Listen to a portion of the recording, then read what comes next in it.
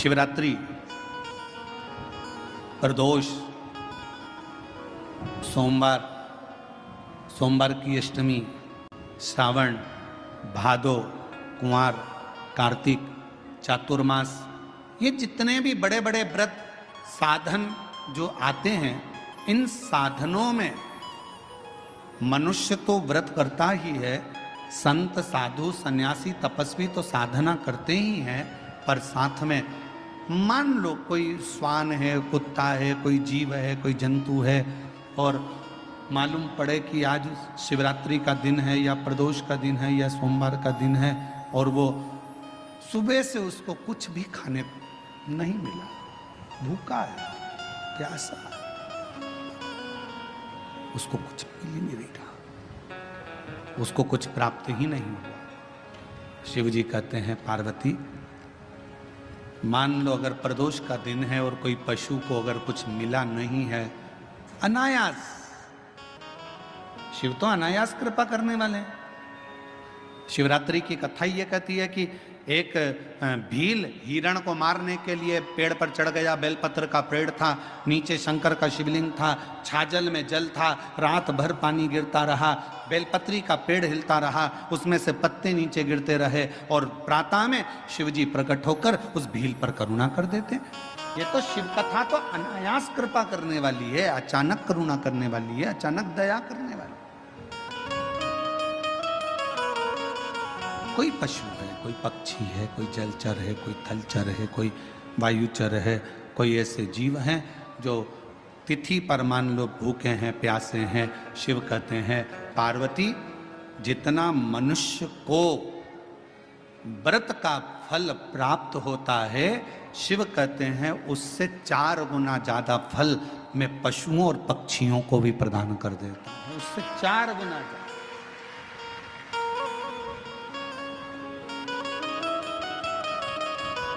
उसको पशुपति नाथ कहते हैं।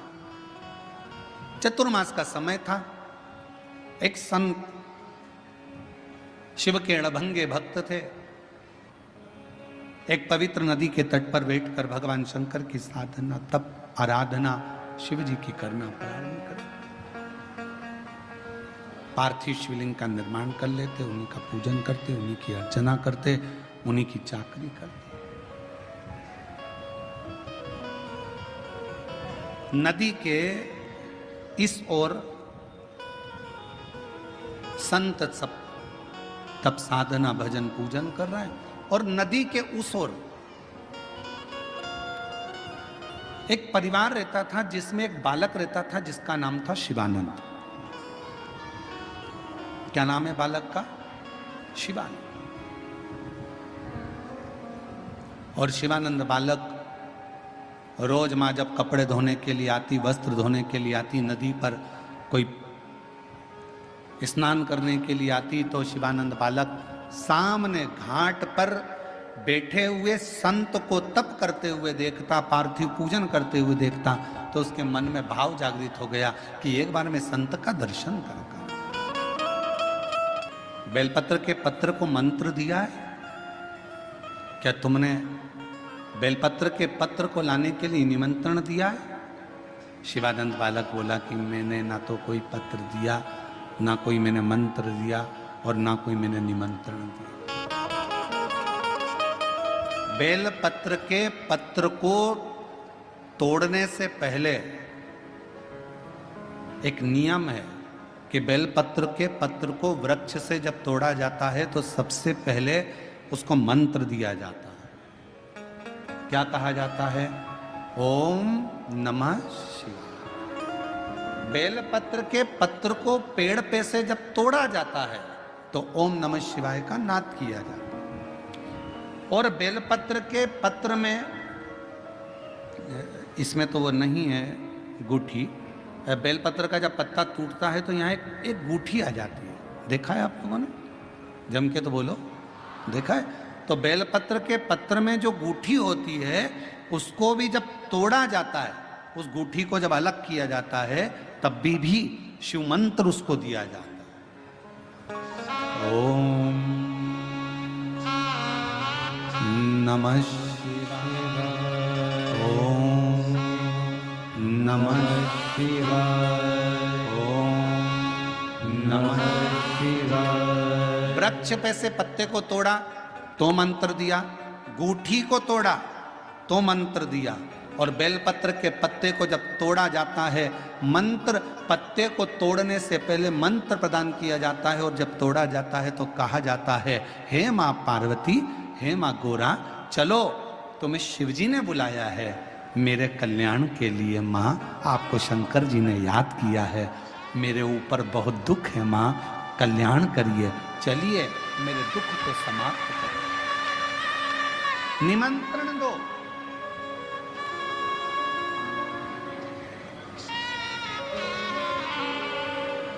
पहले नंबर पर क्या देना है बेलपत्र के पत्र को तोड़ने से पहले?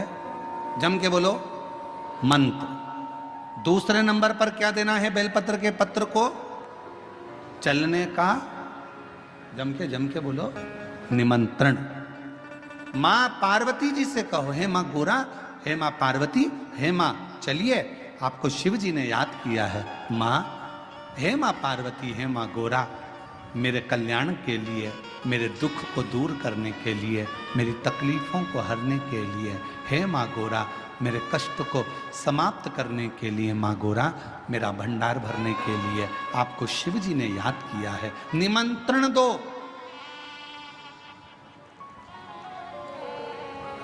लेकर आए, फिर गूठी तोड़ी, फिर मंत्र दिया, ओम नमः शिवाय, नमः शिवाय, नमः शिवाय।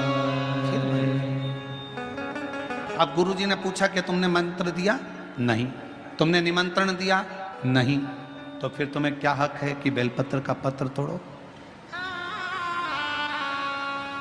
शिव महापुराण की कथा तो कितनी बड़ी बात कहती है, बेल पत्र के पत्र को सीधे पेड़ में से तोड़ कर लेकर आना चाहिए। बेल पत्र की डंडी, कई माताओं की, कई भाइयों की आदत थी, बड़ी सी डंडी होती है, उसको वहां से काट लिया, तोड़ लिया, पूरी की पूरी डंडी तोड़ कर लिया है, फिर घर पर आकर उसमें से पत्तियां तोड़ ली, जो डंडी थी उसको पटक दिया। ना ना ना, ये गलत है, ये गलत है। वृक्ष से पत्तों को निमंत्रण देकर फिर तोड़ा जाता है, और फिर लेकर आकर डूठी तोड़ते समय भी शिव मंत्र को दिया जाता है। कुछ नियम है बेलपत्र के भी, उसको धारण करना चाहिए। कुछ जैसे डॉक्टर की गोली खाने के भी नियम होते हैं। डॉक्टर साहब लिखते हैं कि सुबह ये गोली लेना, शाम को ये लेना, ये भोजन के पहले लेना, ये भोजन के बाद लेना, और सुनो इसको गर्म दूध से ले लेना, इसको पानी से ले लेना। अब मालूम पड़े तुमने सोचा कि मैं एक काम करती हूँ, कहाँ मेरा टाइम बर्बाद करूँगी, सुबह लो, शाम को लो, दोपहर में लो, तो तुमने सारी गोली एक साथ खा गई, और फिर डॉक्टर के पास गई, डॉक्टर साहब मेरे को तो आराम ही नहीं लग रहा, मैंने 3 बार 15 दिन से गोली खा रही हूँ, 10 दिन से गोली खा रही हूँ। डॉक्टर साहब ने पूछा गोली खा रही हो तो क्या तुमने नियम धारण करा? हाँ, क्या क्या नियम धारण करा? सुबह की गोली सुबह खाई, भूखे पेट की भूखे पेट खाई, भोजन के बाद की भोजन के बाद खाई? नहीं नहीं नहीं, मेरे पास समय नहीं रहता, इसलिए सारी की सारी एक साथ खा गई। डॉक्टर ने कहा इसीलिए तो दवाई असर नहीं कर रही है। दवाई खाने का भी तरीका होता है। आवाज सेट नहीं है भाई, दवाई खाने का भी तरीका होता है। दवाई को खाने का भी एक तरीका है, उस दवाई को खाओगे आनंद पाओगे, स्वस्थ हो जाओगे, रोग मुक्त हो जाएगा। तो दवाई के खाने का भी तरीका है। उसी तरह गुरु कह रहे हैं, संत ने कहा कि तुमने गलती करी, तुमने गलती। पहले मंत्र दो, फिर से बोलो, पहले मंत्र, फिर निमंत्रण, फिर डूठी तोड़ते समय फिर मंत्र, फिर ओम नमः शिवाय, ओम नमः शिवाय, ओम नमः शिवाय। फिर मंत्र के बाद निमंत्रण दो। माँ हे माँ गौरा, साथ में बोलो, हे मां गोरा, हे मां पार्वती, चलिए आपको देव अधिदेव महादेव बुला रहे हैं मेरे दुख को काटने के लिए, कष्ट को मिटाने के लिए, तकलीफों को मिटाने के लिए। मां, आपको शिव ने याद किया है। पत्र लेकर फिर शिव के पास चले। लाखों के दुखड़े जो तू हर गया डमरू वाले, मेरे दुखड़ों को देख कर क्यों डर गया डमरू वाले। चलो मां, क्या तुमने निमंत्रण दिया? नहीं। क्या तुमने मंत्र दिया? नहीं। तब संत को क्रोध आया। संत ने कहा, बेटा ऐ शिवानंद, ऐसे कभी बेलपत्र को लेकर मत आना, ऐसे कभी बेलपत्र को लेकर मत आना, ऐसे कभी बेलपत्र। ठीक है प्रभु, गलती हो गई, क्षमा करिएगा। आप जब कृपा करेंगे, जब दया करेंगे, जब मेरा बाबा करुणा करेगा, दया करेगा, तब मैं फिर पुनः बेलपत्र को लेकर फिर पुनः।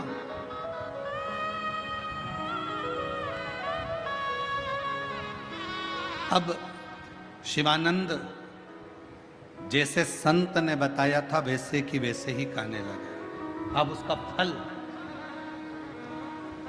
संत को नहीं मिल रहा, उसका फल शिवानंद को मिलेगा। समय आया, 2 महीना चतुर्मास के निकल गए।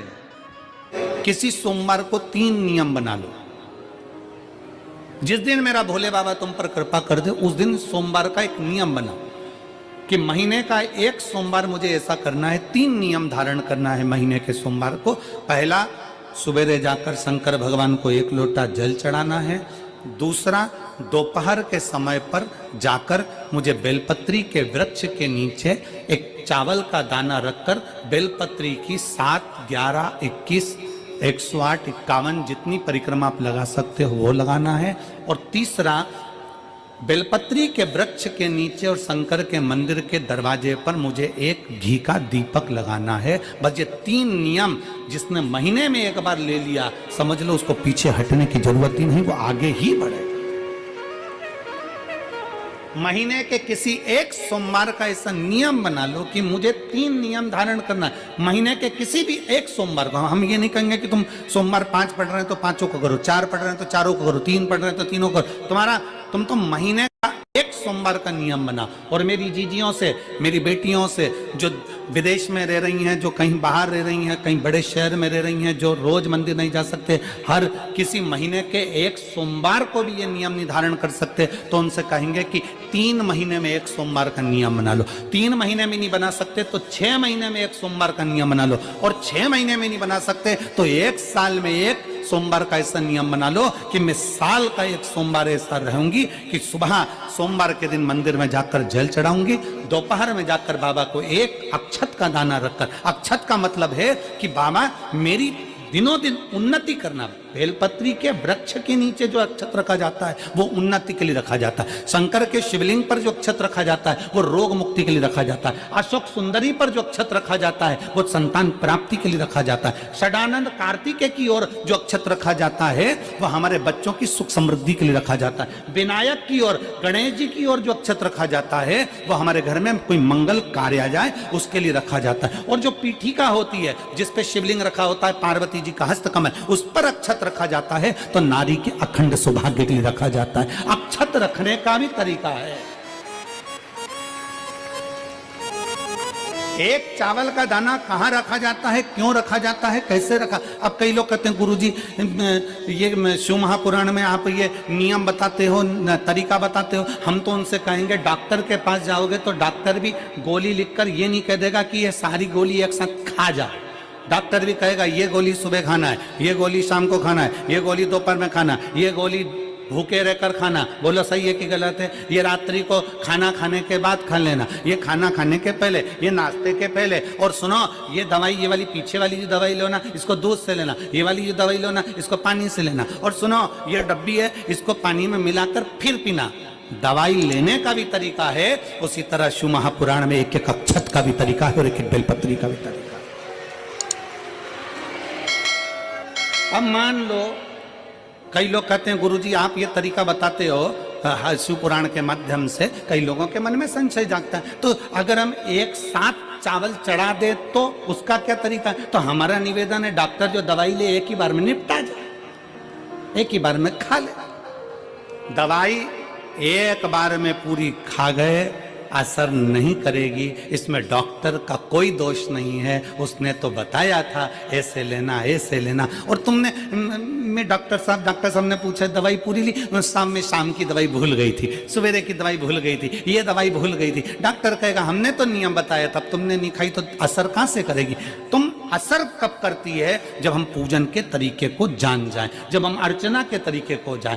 आप साल भर का एक सोमवार निकाल लो, 6 महीने का एक सोमवार निकाल लो, 3 महीने का एक सोमवार निकाल लो, महीने का एक सोमवार निकाल लो, अपने से दिल में बन जाए तो एक सोमवार ऐसा निकालो जिसके 3 नियम धारण हो। पहला, उसी सोमवार जिसको कर रहे हो उस दिन सुबह जल चढ़ाना।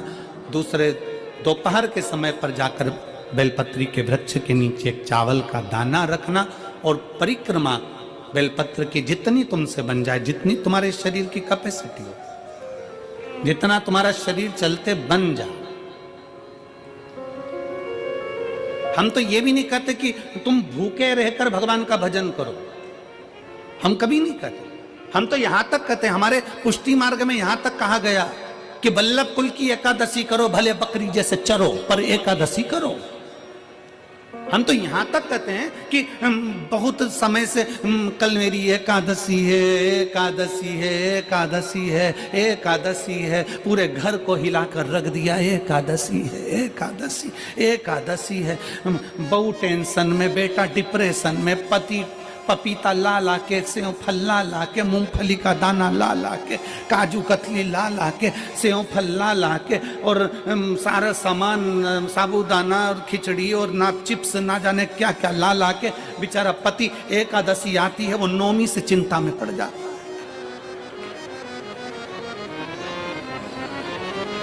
हम तो ये भी नहीं कहते कि तुम व्रत बहुत भारी करो, तुम व्रत उपास भी बहुत टेंशन वाला करो, ना ना ना।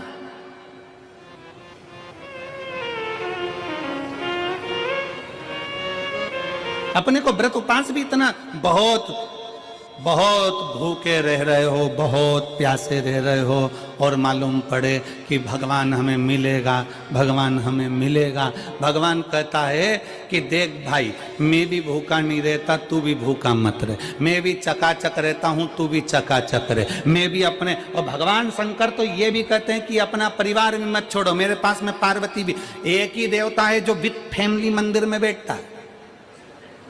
शंकर जी हैं तो पार्वती जी है, तो गणेश जी हैं, तो कार्तिकेय जी हैं, तो नंदी है, सब मंदिर के अंदर चाहिए। शंकर भगवान अपने पूरे परिवार के साथ। शंकर जी तो ये कहते हैं अकेले तुम क्यों रहते हो? अगर किसी कामना के वश अगर हम दीप लगा रहे हैं या हमारे मन में कोई भाव उत्पन्न है और हम बाबा से कहना चाहते हैं कि बाबा मेरा ये कार्य है आप पूर्ण करिएगा, तो फिर शिव मंदिर में भी लंबी बाती का दीप आप प्रदोष या सोमवार की अष्टमी या सोमवार या आप शिवरात्रि को बाबा से निवेदन कर कर लगा सकते हैं।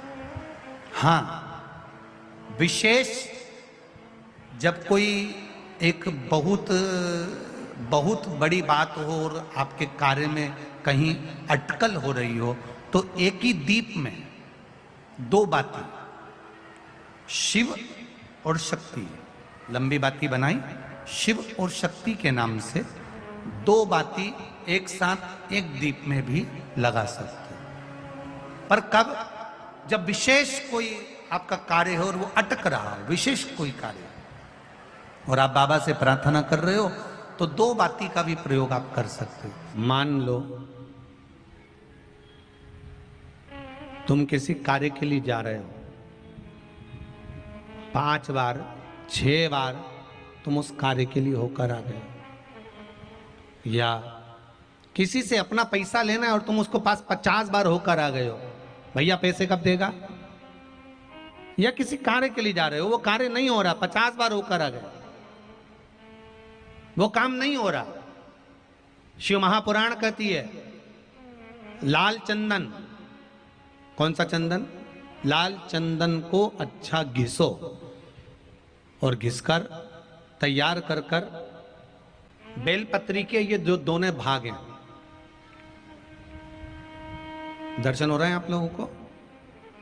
लाल चंदन घिसो और घिसकर बेलपत्री के ये दोनों भाग हैं, दोनों पत्तियां जो नीचे की हैं, इसमें उस चंदन को लगा लीजिए। अगर किसी से आपको पैसा लेना है, वो नहीं दे रहा, या कोई काम है या जॉब है या नौकरी है या उसके लिए, या कोई विद्याध्ययन का कोई कार्य है, कोई स्कूल में पढ़ाई कर रहे हो और वो कार्य नहीं हो रहा, 5 बार 6 बार करके देख लिया नहीं हो रहा, तो ये दोनों पत्तियों पर लाल चंदन लगाओ। लाल चंदन लगाने का मतलब ये नहीं कि जरा सी तुम बिंदी लगा दो, लाल चंदन जो घिसा है उसको पूरी पत्तियों पर अच्छे से फेरना है। उस लाल चंदन को लगा लीजिए और महाराज बीच की पत्ती में थोड़ा सा घृत, घृत मतलब गाय का घी, गौ माता के दूध से माखन से निर्मित उस घी को बीच की पत्ती में थोड़ा सा लगा लीजिए। और जो अशोक सुंदरी वाली जगह है, जानते हो ना आप लोग अशोक सुंदरी की जगह, आपको पहले भी कथा में कहा, समझ लीजिए ये शिवलिंग है, ये जलाधारी पर रखा हुआ है, ये गोल जलाधारी है, यहां से पानी नीचे गिरता है, ठीक है, ऐसे होता ना शिवलिंग। तो शंकर भगवान का पूरा परिवार शिवलिंग के आसपास में होता है। शंकर भगवान के 13 बच्चे हैं। कितने बच्चे हैं शिव जी के? 13 बच्चे, पूरे 13 के 13 बच्चे और धर्म पत्नी शिव जी की शिवलिंग के आसपास में है। जैसे ये जो गोल जलाधारी है, ये माता पार्वती जी का हस्त कमल है। शिवलिंग रखा है, ये शंकर जी का स्वरूप है। जहां से पानी नीचे गिरता है, राइट भाग गणेश जी का स्थान, लेफ्ट भाग 6 कार्तिकेय, षडानंद कार्तिकेय का स्थान। जहां शिवलिंग का जहां पानी जाता है उसके बीच में एक मोटी सी लाइन होती है, वो शंकर भगवान की सबसे छोटी लड़की जिसका नाम अशोक सुंदरी है, उसका स्थान है। ऊपर से बूंद बूंद पानी जो शिवलिंग पर गिर रहा है, ये शंकर भगवान की 5 लड़कियों का स्थान है, जया, विषहरा, शामली बारी, दौतली और देव। ये शंकर जी की 5 बेटियां हैं जो भगवान शंकर के ऊपर पानी की एक एक बूंद गिराती हैं महाराज। तो शिव जी की जो सबसे छोटी लड़की है अशोक सुंदरी, उस अशोक सुंदरी वाली जगह पर इस बेलपत्र को प्रदोष के दिन या सोमवार के दिन आप घी वाली बेलपत्र को अशोक सुंदरी वाली जगह पर रखकर, ये जो चंदन लगी हुई बेलपत्र है, इसका मुख ऐसा सीधा की सीधा रखोगे तो गणेश जी की ओर हो जाएगा, षडानंद कार्तिकेय की ओर हो जाएगा। अपनी कामना कर कर जिससे धन लेना है, पैसा लेना है, या जो कार्य निकालना है वो नहीं निकल रहा, बहुत प्रयास कर लिया, अदालत में 50 बार हो जाए, काम नहीं हो रहा, तब इस बेलपत्र का प्रयोग करना, बाबा से विनती करना और विनती कर कर वापिस सजाना। केवल 2 प्रदोष या 2 सोमवार कर लीजिए, बाबा आपकी मनोकामना पूर्ण कर देगा। उस बेलपत्र का सुख प्राप्त हो जाए। बेलपत्र पर इतना याद रखना, जो चंदन लगा हुआ भाग है वो नीचे होना चाहिए, अशोक सुंदरी की ओर। घृत का भाग अशोक सुंदरी की ओर होना चाहिए, नीचे की ओर, नहीं तो मालूम पड़े तुम ऊपर उल्टा रख दो उसको।